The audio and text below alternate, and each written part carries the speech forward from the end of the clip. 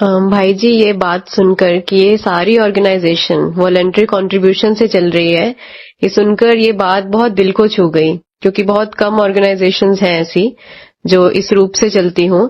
परंतु फिर भी हमारे मन में एक प्रश्न आ रहा है कि इतनी सुंदर ये संस्था की पॉलिसी है कि किसी को भी कोई कंपल्शन नहीं है, वॉलंटरी सब कंट्रीब्यूट कर रहे हैं, तो इस पॉलिसी के पीछे कोई हमारे मुख्य कारण या मुख्य धारणा कि हम इस पॉलिसी को आज चला रहे हैं कि हम सबसे डोनेशन के फॉर्म में ही लेंगे, ऐसी कोई मुख्य धारणा? और दूसरा प्रश्न ये है कि अगर हम इस संस्था में कोई डोनेशन देना चाहें तो क्या हमें कोई टैक्स बेनिफिट मिलता है? आपने बहुत गहरा प्रश्न पूछा है कि 80 वर्षों से 110 देशों में अभी जिनकी सेवाएं चल रही है, वहां किसी प्रकार की कोई फीस नहीं, केवल स्वैच्छिक सहयोग।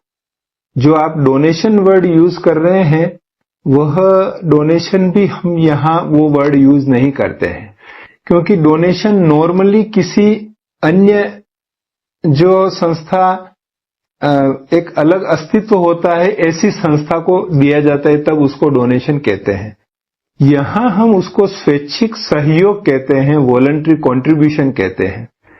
क्यों कहते हैं? क्योंकि जैसे मैंने पहले भी बताया कि विश्व की सर्व आत्माओं के पिता परमात्मा भोलेनाथ शिव, उन्होंने इस संस्था की स्थापना की। अब जो पिता होता है, क्या वो अपने बच्चों से फीस लेता है? एक पिता है, उसके 3 बच्चे हैं, वो बच्चे बड़े हो रहे हैं, खा पी रहे हैं, उनको कपड़ा भी दिया जा रहा है, उनको एजुकेशन भी दिलाई जा रही है, तो क्या पिता उन बच्चों से फीस चार्ज करता है? आप बताइए, करता है? नहीं करता है। तो इसी प्रकार से परमात्मा पिता भी, जो यहां इस राजयोग का कोर्स और उसके बाद जो ज्ञान योग का अभ्यास कराने के लिए ये जो सब एक्टिविटीज चलती है, तो हम सब परमात्मा के बच्चे हैं। तो परमात्मा ने ही कहा है कि मैं कभी बच्चों से फीस नहीं लेता।